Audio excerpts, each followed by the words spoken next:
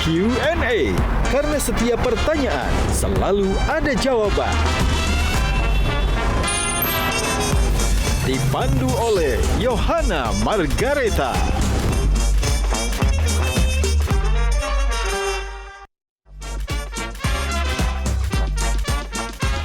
Panelis kita hari ini. Kalau reviewer yang ada di sosmed, menurut para sutradara, itu membantu perfilman kita atau malah agak mengganggu? Apakah teman-teman di sini pernah menggunakan AI? Sutradara tuh punya side effect nggak sih ke diri pribadi gitu atau ke sehariannya? Saya awalnya juga senang gitu, tapi ternyata setelah saya kulik lagi, ternyata saya sering ke film horor itu karena memudahkan make up. Itu stres karena aku nggak mungkin jadi sutradara yang keputusannya membuat Slamet Raharjo kenapa-napa. Ketika film saya dianggap flat gitu, ya jadi kayak Film emosinya. apa mas? Menonton film saya itu seperti mengenal sutradaranya gitu istilahnya. Kayak kenal gitu sebuah sisi dari saya. Nonton fiksi agak ngeri jadinya ya. Agak ngeri ya.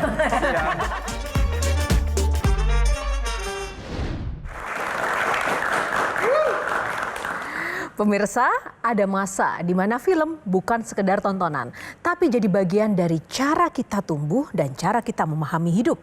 Kita pernah menyebut judul film dengan perasaan. Ada apa dengan cinta? Dan menemukan diri kita di dalamnya. Lalu berlari bersama petualangan Sherina, belajar tentang mimpi dan keberanian menjadi diri sendiri. Dan kita pun pernah terdiam, menyaksikan Marlina si pembunuh dalam 4 babak. Sebuah cerita tentang amarah, perlawanan, dan keadilan. Lalu masuk ke dunia fiksi yang mengajak kita menyelami batas antara nyata dan tidak. Dan di sisi lain, kita juga diajak pulang ke rumah yang sederhana namun penuh makna bersama keluarga Cemara. Serta menyusun pilihan hidup lewat 2 garis biru yang mengajarkan bahwa tumbuh tidak selalu mudah dan dewasa datang terlalu cepat. Film-film ini lahir dari proses yang panjang, dari konflik, dari kompromi, dan dari keberanian untuk tetap jujur pada cerita. Inilah Q&A, Lights, Camera, Action! Mauly Suryadina dan Mas Riri Risa. Halo Mas Riri, halo Mbak Mauly. Silahkan duduk teman-teman. Dan yang paling istimewa, panelis kita ada Denis Adiswara dan Kasih Condro Dewi.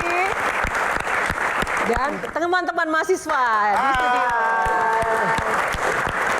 Halo Mas Riri, Kak Mauly, Kak Gina, apa kabar? Lagi sibuk apa? Bercocok tanam. Bercocok tanam.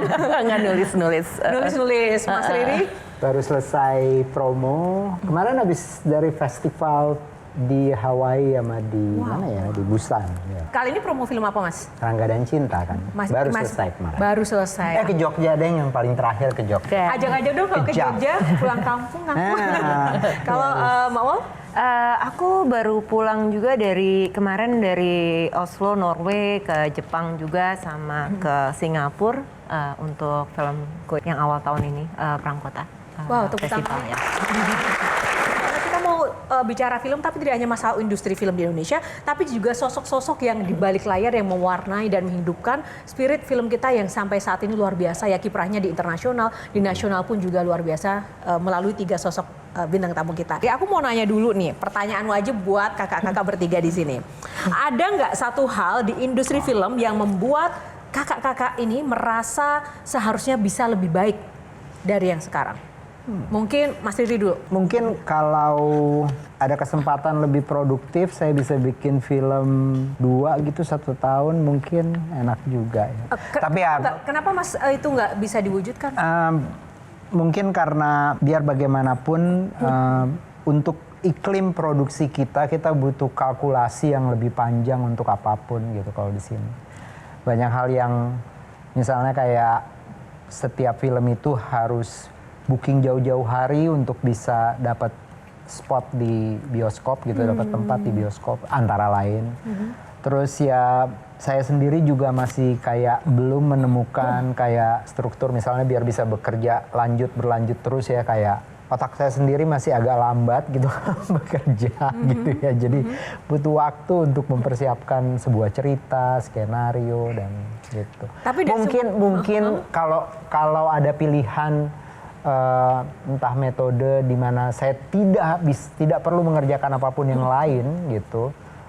Itu satu pilihan. Kalau di Indonesia kami masih harus mengerjakan 2-3 pekerjaan sekaligus gitu. Berarti karena sistemnya ya, sistem betul. teknis di Indonesia untuk mendukung support film kita ini masih harus banyak PR. Ini bukan keluhan ya. Bukan, ini tapi curahan hati gitu.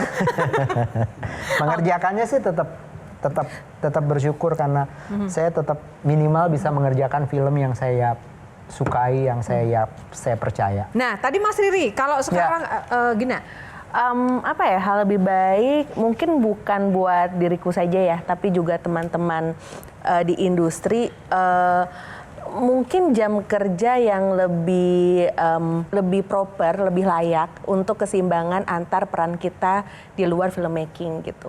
Maksudnya gimana jadi misalnya karena keadaan industri, keadaan proses yang harus lebih cepat gitu, atau misalnya kompleksitas banyak lah dalam film, karena kan film ada 50% bisnis, 50% seni gitu. Nah kadang-kadang implikasinya adalah jam kerja itu tuh bisa nggak nyambung, kurang layak, bisa harus lebih dari 14-15 jam kerja. Mungkin karena budgetnya cuma cukup untuk waktu segini hari syuting gitu. Terus kemudian karena persiapan jadi kurang, jadi akhirnya dimampetin, terus akhirnya jadi jumlahnya lebih banyak. Atau misalnya karena kita agak serius ya, sistem asuransinya nggak semuanya ada gitu. Jadi ketika ada hujan atau apa, jadinya hari ini yang harusnya syuting ditumpuk ke hari lain, jadi akhirnya numpuk-numpuk. Kerjanya jadinya survival mode gitu. Kita juga kehabisan energi ketika di peran-peran yang lain. Karena kan manusia bukan cuma jadi filmmaker aja nih kerjaan utama kita, tapi juga dalam lingkungan sosial. Dan menurutku itu sayang akhirnya mungkin tingkat kreativitasnya atau kesehatannya jadi nggak berkelanjutan. Gitu. Wah, menarik. Ternyata tidak semudah ketika kita tinggal datang, duduk, nonton di bioskop, semuanya udah tinggal jadi. Di balik layarnya itu prosesnya luar biasa ya. Kita tepuk tangan untuk saudara kita dong. Wow, ini penting banget ya buat kita pemirsa untuk bisa lebih mengapresiasi ya hasil karya film. Ya 1 menit di layar mungkin 3 jam bikinnya gitu.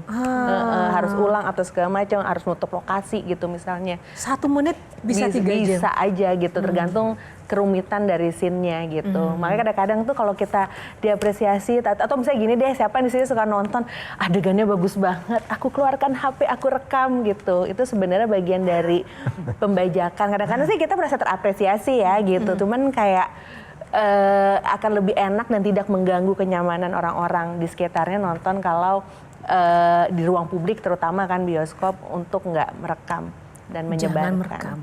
Ada yang ngerekam nggak di sini? Nggak dong. Oke, thank you Gina. Kalau kamu? Ini mungkin lebih secara general ya, secara industri gitu. Layar bioskop yang lebih banyak sih, karena kita kan penduduk kita sekarang berapa? 280 juta. Iya.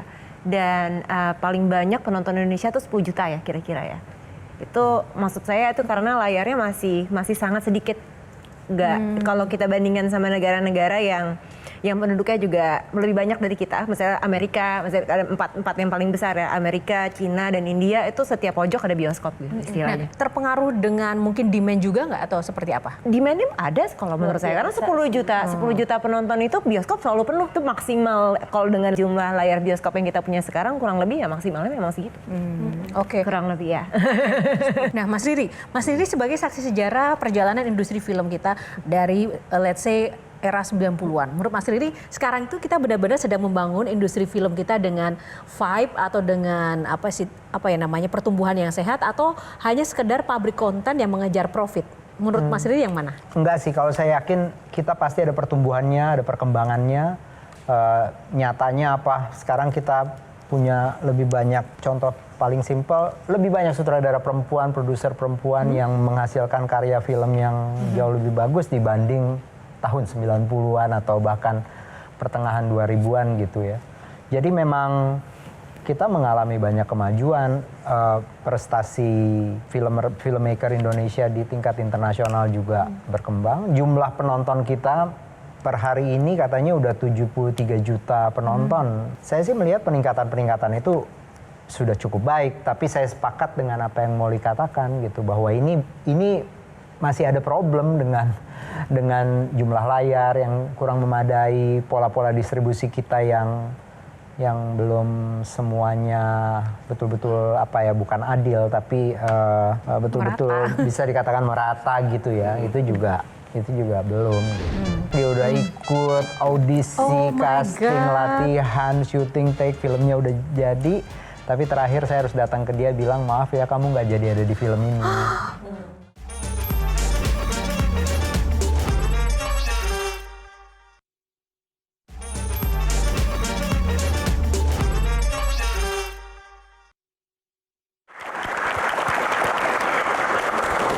Mas Denis boleh jangan ketawa dulu Mas Denis. Perkenalkan saya Benny, saya aktor pemula, tolong para sutradara mohon bimbingannya. Saya lebih ke film horor, ditawarinya seringnya gitu. Saya awalnya juga senang gitu, tapi ternyata setelah saya kulik lagi ternyata saya sering ke film horor itu karena memudahkan make up. Karena nggak perlu di make up lagi katanya gitu. Bahkan ada saudara yang pernah waktu itu ngasih testimoni karena saya saking seringnya main film horor kan. Ada film horor saya keluar, Mas Nugros waktu itu, Mas Fajar Nugros bilang, wah ini curang nih film horor, hantunya asli gitu. Napak lagi. Iya. Tapi ya saya hanya bisa alhamdulillah masih diberi kesempatan. Tapi saya juga penikmat film, saya happy banget menonton film. Tapi saya melihat perbedaan nih. Zaman sekarang film ramai banget dan persaingannya ketat banget ya. Bahkan banyak film yang belum sempat tayang di bioskop ngantri gitu. Dan promonya itu juga sekarang makin gila-gilaan.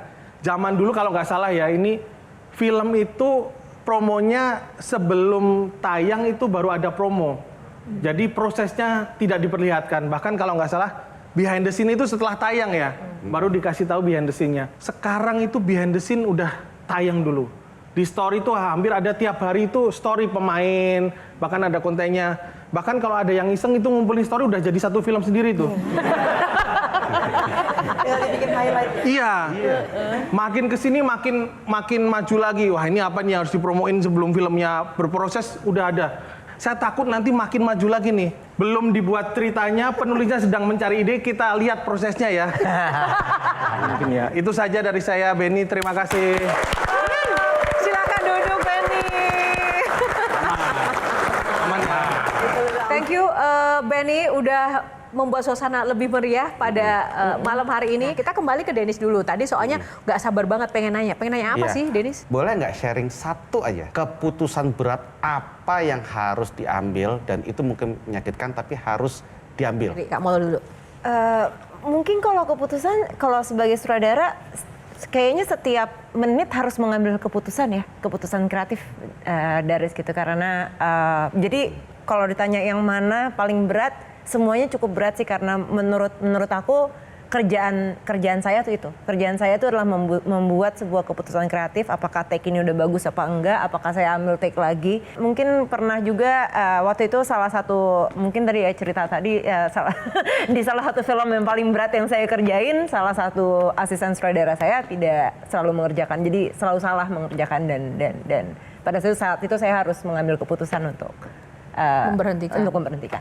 Dan itu mempengaruhi semua proses. Itu mempengaruhi, mereka mandor dari mereka pekerjaan mereka adalah running the shoot gitu. Film paling berat apa memangnya? Itu salah satu yang paling berat, tiga film terakhir saya agak bikin sakit kepala yang ini Perang Kota waktu itu. Jadi dia film periodik. Ya ada adegan actionnya beberapa lah, cukup challenging gitu. Oke, itu dari Kak Mo.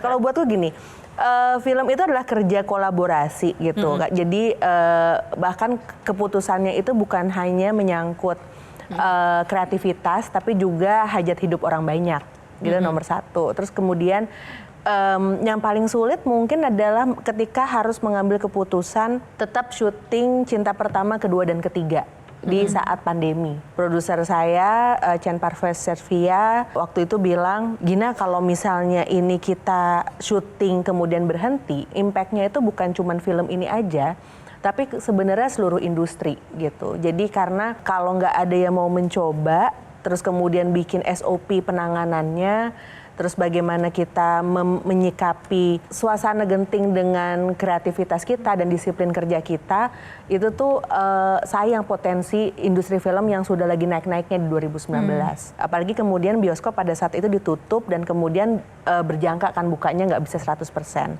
Akhirnya pada saat itu alhamdulillah punya rekan-rekan produser dan kru yang luar biasa mau mikirin bareng, memutuskan untuk ya udah kita jalan, kita bikin SOP-nya, dan ada juga kesempatan, dia ada 2 SOP itu COVID sama satu lagi anti kekerasan seksual di set gitu, anti bullying dan anti kekerasan seksual. Tapi yang justru yang bikin deg-degan karena di Cinta Pertama, Kedua, Ketiga itu karakternya itu adalah kisah bapak sama anak dan bapaknya sepuh dan yang main adalah Slamet Raharjo. Itu stres karena aku nggak mungkin jadi sutradara yang keputusannya membuat Slamet Raharjo kenapa-napa gitu. Jadi akhirnya di situ benar-benar belajar bahwa film itu tuh ketegangannya tuh bukan cuma masalah kreativitas tapi bagaimana membangun sistem yang lebih baik. Tapi akhirnya yang paling mengharukan karena kita break kan film kan, tuh benar-benar pada saat itu kru tuh saling jualan, saling beli untuk mendukung ekonomi masing-masing. Terus saya ingat banget, saya hari pertama saya gugup di meja, terus saya kayak buka nasi box dan karena belum bisa untuk ngurangi resiko penularan, nggak boleh prasmanan, jadi buka nasi box. Terus kayak yang berdoa gitu dikasih keyakinan. Terus kemudian ada driver, supir duduk gitu di samping saya depan, dia nanya, Mbak sutradaranya? Iya gitu. Terus dia bilang, makasih ya Mbak, keluarga saya bisa makan lagi. Luar biasa.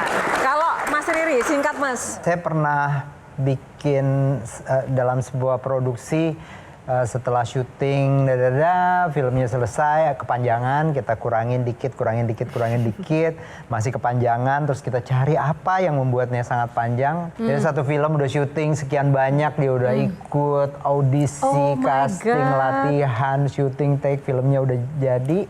Tapi terakhir saya harus datang ke dia bilang, maaf ya kamu nggak jadi ada di film ini. Film apa sih? Kalau boleh tahu. Film Gi waktu itu. Film Gi itu filmnya aja akhirnya panjangnya kan sekitar 2 jam 40 menit ya. Itu sebelumnya lebih panjang lagi, dan kalau kita hanya motong-motong adegan gitu, dia malah bukan jadi film yang seperti yang saya bayangkan ritmenya gitu. Jadi akhirnya caranya apa? Kalau karakter ini kita lepas, kita dapat 30 detik di sini, 1 menit di sini, ini jadi hilang, satu tokoh hilang. Dan itu paling kebayang nggak? Paling berat buat Mas. Oh iya itu. Tapi itu bukan cuma akhirnya kami biasanya berdiskusi dengan sangat serius, kita ajak ngobrol gitu. Tapi kalau diperhatikan di DVD rilisnya Gi itu ada adegan deleted scenes. Nah, tokoh itu ada di deleted scenes ya. Jadi untuk istilahnya untuk menjelaskan bahwa dia pernah partisipasi di film itu, kita masukkan di deleted scenes di DVD waktu itu. Benny pernah mengalami di delete gitu nggak sih? Kayaknya di blur muka. Kalau di delete pernah, tapi waktu itu memang peran saya. Tapi nggak satu film kan? Enggak. Okay. Makanya itu tadi saya sebenarnya ingin nyambung pertanyaannya, bagaimana pengaruhnya ke cerita, karena pasti peran ini berinteraksi dengan pemain lain kan? Enggak, itu bisa ternyata. Bisa. Jadi kadang-kadang ada film yang banyak tokoh berjalan gitu ya. Dan ya sebenarnya tentu saja ada juga adegan yang interaksi itu yang harus kita angkat gitu. Dan itu karena itulah filmnya bisa pendekan dikit gitu. Kalau dibandingkan dengan mungkin Amerika, Hollywood, mungkin industri kita mungkin masih masih jauh dari sisi industri ya. Yang diinginkan oleh seorang sutradara di perfilman Indonesia, terutama di proses produksinya yang sampai sekarang belum keturutan tuh apa sih? Gitu. Di sana udah kayak gini kok, di sini kok sampai sekarang kok masih belum gitu. Kalau perbandingannya sama Amerika, yang pasti mereka punya yang kita nggak punya, satu duit. Oh gitu ya? Satu Jujur kapital, ya? dua sistem. Ya, itu yang jujur belum ada, tapi ya ini semua the whole system ya. Maksudnya kalau kita ngomongin uang tuh bukan cuma masalah ada orang. Memang mereka itu kan penontonnya dunia. Pemasukannya juga dari penonton dunia gitu. Jadi memang nggak bisa dibandingkan apple to apple gitu. Tapi di balik layar tuh sebenarnya jadi sutradara itu pendapatannya besar nggak sih? Mungkin Kak Gina dulu nih. Ternyata dong, to the point aja kan, pengen tahu kan. Nah, Tapi kan saya nulis sama ngedirect ya. Iya. Jadi kan double income. Oh. Lumayan lah gitu. Tapi sebenarnya mungkin ada beberapa titik yang ketika besar tapi kan belum tentu dia kalau jam waktu kerjanya panjang kan juga jadi beda gitu. kalau Mas sendiri? Yang pasti sangat bersyukur ya. Maksudnya banyak banget yang saya dapat dari menjadi sutradara.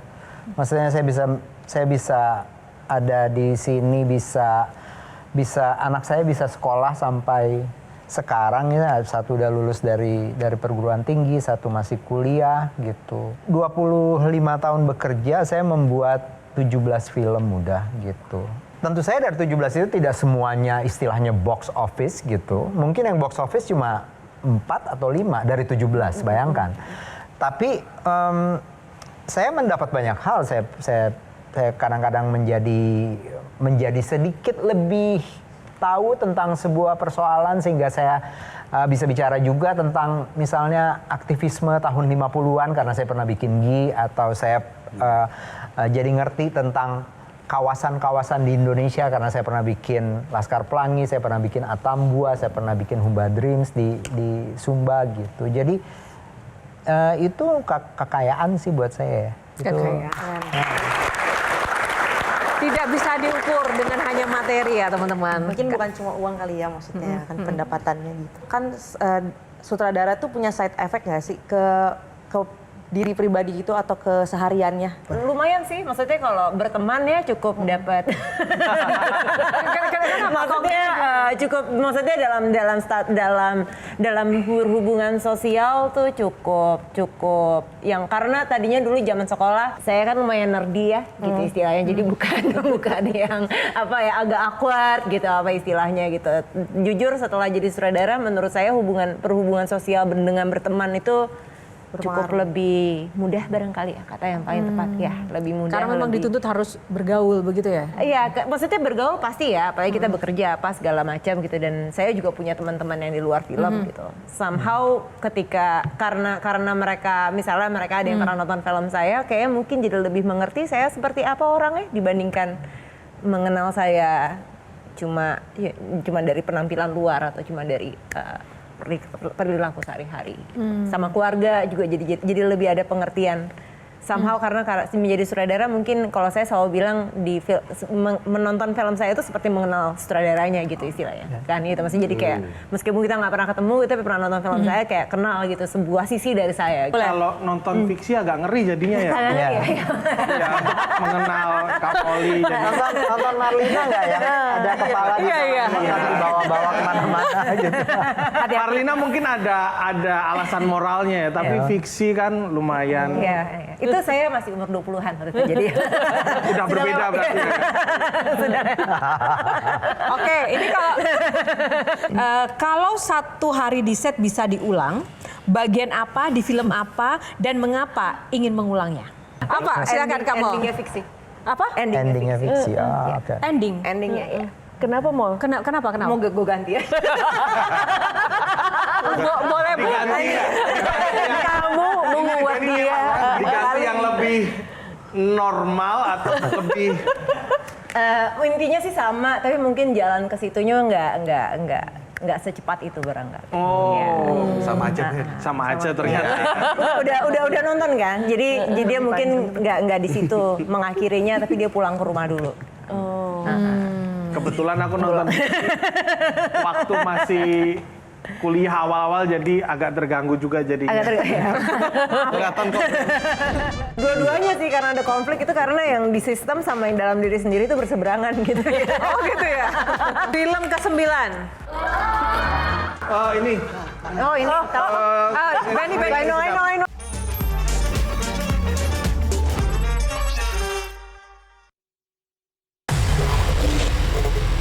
Mau terus untung?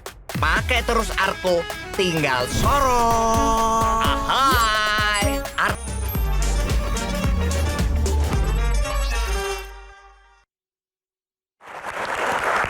Oke, teman-teman, pemirsa masih bersama Q&A. Sekarang kita masuk pro dan kontra ya. Sekarang saya tanya dulu ke salah satu teman-teman dari sutradara. Konflik yang paling sering datang itu dari mana? Dari dalam diri sendiri atau dari tadi sistem industri memang banyak tantangannya. Tapi lebih banyak yang mana?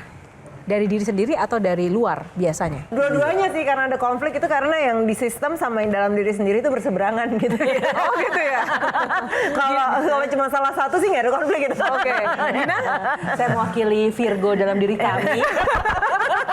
Kadang ya, saya nggak percaya zodiak, tapi kadang-kadang apalagi sutradara ya. Kan kita sebagai orang juga masih ada konflik dalam diri, ingin punya ekspektasi, tapi kadang-kadang sistemnya juga mengusik gitu. Kritikan paling pedas apa yang mungkin bikin baper seorang Riri Riza? Ada nggak? Ya mungkin ketika film saya dianggap flat gitu. Ya, jadi kayak Film apa, Mas? emosinya ada beberapa yang maksudnya yang endingnya dianggap tidak terlalu payback yang memadai gitu. Misalnya kayak film Paranoia pernah dikritik seperti itu. Sebagai film yang endingnya paybacknya tuh kayak kurang gitu. Terus mungkin ya kalau yang flat itu ya biasa ya, karena saya kan bukan tipe sutradara atau saya tidak berada di lingkungan kerja yang misalnya suka exposing kekerasan di film saya gitu. Kadang-kadang dia filmnya tuh jadinya rasanya datar. Itu sering banget saya terima komentar itu. Boleh. Oke, boleh. Pertanyaan tadi, kalau ngomongin reviewer, karena kalau kritikus kayaknya pekerjaan yang lebih sulit lagi kan. Kalau reviewer yang ada di sosmed, menurut para sutradara itu membantu perfilman kita atau malah agak mengganggu? Oke, salah satu mungkin, Mas Riri.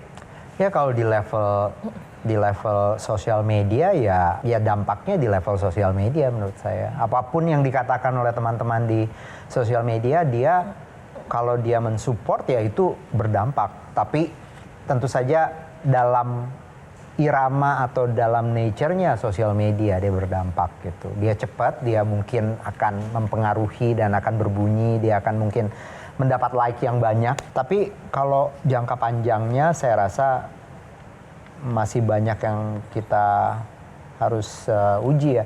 Saya bikin film dari tahun 90-an pertengahan akhir gitu sampai 2000-an sampai sekarang, dari era nggak ada sosial media sampai sekarang. Biasanya saya nggak terlalu mau baca tuh yang saya udah tahu gitu, ketika gitu kelihatan mukanya gitu di film, saya nggak perlu baca, saya abaikan aja gitu. Dan saya bicara dengan aktor saya yang sedang, kita biasanya kalau kerja film kan panjang ya, mungkin bisa 2 tahun, bisa begitu selesai itu tuh selebrasi yang luar biasa loh, itu pencapaian kita menyelesaikan film aja gitu ya. Kalau soal penonton, kalau dia banyak kita senang banget, kalau enggak ya sudah, kita harus siap-siap gitu ya untuk bekerja lagi. Sebenarnya yang pengen aku tanyain sih seperti yang tadi Gina sempat mention gitu loh, bahwa ada beberapa film dibuat itu justru mungkin penonton sekarang pada saat dibuat atau pada saat dirilis tidak menyadari itu seberapa pentingnya, tapi mereka baru mengapresiasi setelah bertahun-tahun berikutnya gitu loh. Ada yang film yang lebih cepat dari zamannya kalau kata orang-orang gitu kan. Nah, teman-teman di sini pernah punya kasus seperti itu nggak, dan bisa disebutin nggak judul filmnya yang mana? Film yang dulu tuh nggak kepikir bakal hidupnya panjang, tapi sayangnya masih relevan adalah Perempuan Berkalung Sorban. Gitu. Maksudnya tuh kayak emang waktu itu tuh bahkan saking kontroversialnya, dibilang oh ini pasti yang bikin agen CIA gitu. Terus kayak saya ambil kayak saya agen CIA, lari saja saya tak bisa gitu. Santuy gitu ya. Tapi ternyata percakapannya panjang sampai sekarang gitu. Kalau dari sutradara sendiri kan pasti punya kayak konflik dalam diri ya. Mana sih proses kreatif nih? Mana sih yang harus dijadikan dan mana sih yang harus dilepas gitu? Kayak ide-idenya gitu. Itu biasanya akan sering sekali terjadi gitu. Apalagi kalau semacam cara saya bekerja, saya dengan saya bekerja dengan produser yang sama selama ini gitu, dan cara kami bekerja itu ya kita punya 5-6 ide yang kadang-kadang ya semua berusaha bukan seadil mungkin ya, sespontaneous mungkin punya ide apa gitu, dan kami harus memilih salah satu gitu, berdiskusi sebentar dan let go. Cuma ada hal yang unik, biasanya kalau ide itu biasanya dia akan muncul lagi ya. Beberapa 7-8 tahun kemudian, oh kita bikin yang ini nih gitu. Yang dulu sempat disimpan. Film memang sudah kita pahami dia tidak seperti karya lukisan atau karya puisi ya. Dia butuh sebuah proses untuk, bahkan setelah skripnya ditulis berbulan-bulan itu belum jadi. Itu baru skrip aja. Dia akan tertulis lagi ketika kita syuting. Dia akan tertulis lagi waktu kita editing. Dan bisa jadi di 3 tahapan itu banyak hal yang muncul, banyak yang hilang gitu. Tadi soal karya, proses, dan bioskop. Nah, bagi sutradara, ini kan sekarang punya banyak pilihan nih, bioskop atau streaming. Apakah platform digital adalah penyelamat kreativitas sutradara yang idealis, atau justru mereka keberadaan platform ini perlahan-lahan sedang membunuh pengalaman sinematik yang seharusnya dinikmati di layar lebar? Bagi sutradara ini seperti apa? Mungkin Kak Mol? Kalau buat saya sih memang itu 2 medium yang berbeda ya. Layar bioskop dan streaming, kecuali karena streaming itu ada 2, ada ketika film kita ada di bioskop, terus habis itu kalau dulu biasanya ke televisi atau ke DVD, sekarang bisa ke streaming. That works as well, tapi kalau untuk yang langsung tidak tayang di bioskop sama sekali langsung ke streaming, itu karena saya pernah melakukan itu juga gitu istilahnya, itu menurut saya itu medium yang berbeda. Saya juga membuatnya dengan cara yang amat sangat berbeda gitu istilahnya, karena kalau saya menyebutnya yang langsung ke streaming itu memang untuk membuat film untuk streaming yang ditonton di rumah, yang banyak distraksi nih, handphone bunyi-bunyi terus nontonnya melalui handphone. Kadang-kadang kalau lihat review ya, itu kalau kita ngomongin review, ada yang bilang kalau nonton tuh sambil mandi gitu, ambil berendam. Film streaming memang dibuat, di-tailor everything for everyone. Jadi menurut saya itu 2 medium yang amat sangat berbeda. Di bioskop kita konsen 2 jam. Artinya harus kemudian bisa memanfaatkan 2 medium itu tanpa harus mengurangi atau membunuh kreativitasnya. Karena sama kayak televisi dulu. Kalau kayak kalau kita bandingin sama serial televisi, kalau kita bandingin dari shot aja ya gitu istilahnya. Kalau TV karena layarnya lebih kecil, akhirnya lebih banyak shot yang close dibandingkan shot yang wide. Jadi experience-nya memang berbeda. Karena itu memang detail untuk 2 experience yang sangat berbeda. Secara kualitas kan kadang juga yang mungkin di streaming juga tidak kalah. Iya, karena memang mereka budgetnya malah mungkin jangan-jangan melebihi gitu istilahnya. Dari apa yang kita buat di layar lebar. Kalau buat saya nonton bioskop itu pengalaman personal. Jadi bahkan saya kadang lebih suka nonton sendiri. Walaupun mungkin di kanan kiri ada orang, tapi lebih suka bahkan sama pacar dan sendiri pun sebenarnya lebih enak nonton sendiri gitu. Karena memang interaksinya aku sama filmnya gitu. Itu alasan kenapa aku pengen banget filmnya di bioskop, karena ya udah interaksinya sama filmnya aja gitu. Kalau di streaming kan mungkin bisa. Jadi nggak pernah ngajak pacar nonton bioskop? Sering kalau kepaksa ya. TV nasional loh. Kalau mungkin film-film yang romantis, yang mungkin fun banget gitu, mungkin kayak masih bisa lah untuk ini. Justru ketidaksempurnaan dalam film itu yang membuat filmnya tuh justru sempurna. Saya kemarin ngelihat ada video di roll saya, ada orang ngompat dari lantai berapa terus sampai membal lagi. Oh ini AI kayaknya ya. Maksudnya memang Trust issue ya sekarang ya.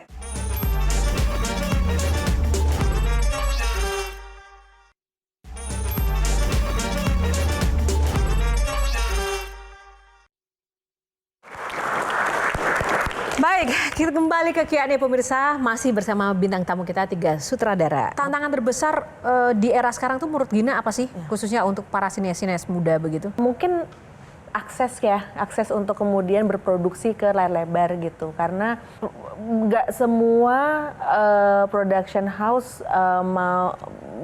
kan itu 50% bisnis, 50% seni ya. Kadang-kadang tuh kayak ketika ada sekian budget belum tentu mau ngambil kesempatan, memberikan kesempatan ke yang baru-baru gitu. Nah, Mas Riri ya, saran untuk generasi sinias sekarang, kesalahan yang jangan sampai mereka itu ulang dalam membuat sebuah karya film. Kita harus melengkapi diri kita dengan berbagai ya modal yang cukup ya kalau mau jadi sutradara. Saya pikir tentu saja ada jalur-jalur yang sudah dilewati, bisa bikin film pendeknya dulu beberapa misalnya gitu, sehingga persoalan-persoalan teknis kurang lebih sudah selesai gitu. Kemudian bisa fokus pada tema, pada cerita, pada pendekatan-pendekatan seni film yang khusus gitu. Itu jadi memitigasi kesalahan yang misalnya terlalu teknis di film pertamanya karena dia sudah punya keterampilan lebih dulu, latihan lebih dulu, bikin film pendek misalnya. Nah, kalau dari Mbak Molly, tipsnya apa ini untuk sineas muda kita agar bisa go internasional? Kan pengalaman di dunia internasional banyak ya. Agar karya-karya mereka ini mereka baru tapi juga punya aksesnya lebih dan juga intinya bisa diakui. Wah, apa ya tipsnya ya mereka ya? Nah, karena mungkin bisa menemukan voice-nya mereka barangkali ya. Voice mereka sebagai pembuat, sebagai seorang artis, sebagai seorang filmmaker gitu. Dan karena menurut aku itu yang paling penting. Kadang-kadang orang suka bilang gitu, oh harus bikin film yang begini begitu untuk masuk ke internasional. Enggak juga gitu istilahnya. Saya bikin film genre juga gitu istilahnya. Dan banyak sekali teman-teman yang bikin film genre dan berhasil gitu untuk film genre nih maksudnya termasuk horor, maksudnya spesifik genre tersebut ya, horor, action, maksudnya bukan yang melulu harus drama gitu. Tapi ya kalau menurut aku semua kesamaan itu adalah karena mereka masing-masing mempunyai voice, penyutradaraan yang kuat gitu di balik kamera itu mereka punya voice tersebut. Silakan. Oke, Kak Denis dulu. kita ngomongin tentang masa depan ya. Berarti kita ngomongin tentang AI juga. Widih, serius nih kayaknya. Simpel sih. Apakah teman-teman di sini pernah menggunakan AI atau mungkin berencana untuk menggunakan teknologi AI dalam karya kalian? Dan kalaupun memakai, sejauh apa nih pakai AI? Boleh nanya balik ya, AI yang di sini maksud apa ya? AI di sini adalah AI special effect dan segala macam, penulisan. Maksudnya ke visual effect yang ada orangnya gitu? Iya, visual effect atau mungkin kan ada juga tuh yang bisa membuat orang-orang yang digital human Deep gitu. fake gitu. Ya. Kalau saya sendiri jujur sih nggak kepikir, maksudnya untuk bikin manusia palsu gitu ya pakai AI sih kayaknya enggak ya. Maksudnya saya senang bekerja dengan aktor, dengan orang yang bisa ini, tapi yang kalau kita melihat AI sebagai teknologi ya, teknologi yang general ya, itu diciptakan untuk mempermudah pekerjaan kita gitu istilahnya gitu. Jadi ini bukan saya nggak ngomongin yang tiba-tiba saya kemarin ngelihat ada video di roll saya, ada orang ngompat dari lantai berapa terus sampai membal lagi, oh ini AI ya kayaknya ya. Maksudnya Trust issue ya sekarang ya. Oh ini AI ya. Mungkin nggak yang seperti itu gitu, tapi ya kembali lagi itu dia memakai itu untuk membuat konten dan mendapat hits sebanyak-banyaknya gitu untuk sebuah tujuan gitu yang spesifik gitu dan melakukan hal yang tidak mungkin dilakukan oleh manusia beneran gitu istilahnya. Nah, jadi ini sesuatu yang kompleks sih gitu. Apakah misalnya nih kalau ada adegan makan gitu istilahnya terus akhirnya ini pemakanan Dennis nggak bisa, yaudah saya pakai AI-nya Dennis gitu. Saya rasa sih enggak ya gitu. Maksudnya saya rasa sih enggak. Saya rasa itu bukan sesuatu hal yang efisien ya. Maksudnya secara pengerjaan juga, maksudnya kita ngomong secara general itu bukan sesuatu yang efisien. Karena kesana kayak ini kita memang kayak sesuatu yang sangat membahayakan ya, memang membahayakan gitu. Tapi the world is changing gitu. Media, tadi pertanyaan streaming aja memang media dan bioskop dan semuanya ini udah berubah gitu. Maksudnya mungkin Mas Ridi menambahkan dari tahun 90-an sampai sekarang terus berubah gitu. Sinema terus berubah gitu. Sinema film itu sendiri semua terus berubah gitu. Dan bagaimana kita beradaptasi dengan perubahan tersebut gitu. Nah, kalau misalnya gini sebagai seorang penulis, bagaimana memaksimalkan AI? Apakah pernah juga meng-create sebuah story? Kalau buat AI itu fungsinya adalah untuk memperluas pikiran dan memperdalam pikiran gitu. Jadi kita justru tuh misalnya kayak referensi, riset segala macam tuh menjadi data buat kita. Tapi kemudian apakah untuk digunakan sesuatu yang ada di depan layar, menurutku malah di tengah dunia yang makin instan, yang makin cepat, orang-orang tuh makin lama tuh akan makin capek dan mencari otentisitas gitu. AI itu bisa kita akses dengan mudah, tapi kan sebenarnya ada pertanyaan kemudian bagaimana dengan orang-orang yang social gap-nya tuh jauh banget dari kita gitu. Akhirnya kebudayaannya kan jadi harusnya dia punya suara, tapi karena kecepatan kita jadi nggak imbang. Nah, inequality itu yang menurutku perlu dijaga untuk nggak ada, dan kemudian dunia seni seperti film kan sebenarnya merayakan kemanusiaan kan gitu. Justru ketidaksempurnaan dalam film itu yang membuat filmnya tuh justru sempurna. Tepuk tangan. Thank you. Terima habis, mungkin satu pesan dari sutradara Kak Mol untuk teman-teman atau pemirsa yang menyaksikan Q&A sebagai sutradara. Pesannya sebagai sutradara, pekerjaan yang sangat menyenangkan, sangat. Antara mata dan bibir ada bertolak belakang ya. Iya, menjadi sangat menyenangkan, menjadi dan gimana ya, enak loh kerjaannya cuma duduk. Nonton, Masih ada yang nggak tahu paling kenceng. lo kasih tahu mau lo apa, cuma ngomong doang. Oh gitu ya. Orang lain yang ngerjain. Iya nggak? Oke, boleh deh pesan dari Mas Riri. Kalau saya mau berterima kasih ya kepada semua keindahan ini gitu. Maksudnya saya kenal Molly dan Gina sudah cukup lama, tapi maksudnya saya udah lama banget dulu bekerja sebelum saya bertemu dengan mereka, dan saya seneng banget bahwa kayak legacy bercerita melalui sinema itu sekarang itu semakin kaya dengan kehadiran banyak pembuat film muda yang bagus dan penonton yang appreciate dunia film kita dengan luar biasa gitu. Maksudnya bener banget gitu ya. Saya tadi pertanyaannya Dennis, ada film yang tinggal banget gak gitu ya, kembali lagi ke kami. Saya tuh lagi sering mengalami itu. Saya ketemu siapa minta tanda tangan, masih muda banget, di buku dari film saya yang awal banget dulu gitu. That's beautiful. Jadi saya Grateful. Closing statement Gina. Mungkin kita perlu merayakan film karena kita tuh merayakan cerita gitu. Dan mungkin dari pekerjaan melihat orang bekerja sebagai sutradara itu mengingatkan lagi kita bahwa kita tuh adalah ya sutradara dalam diri kita untuk hidup kita. Kita akan ketemu banyak faktor dalam hidup kita akan mengambil keputusan sulit, tapi setiap keputusan-keputusan yang diambil dengan matang, percaya diri, tahu suara kita apa, itu tuh impact-nya bisa ke banyak orang, baik lewat film, sosial media, atau bahkan keputusan-keputusan personal yang menjadi cerita kita sepanjang hidup kita gitu. Oke, Itu legacy kita.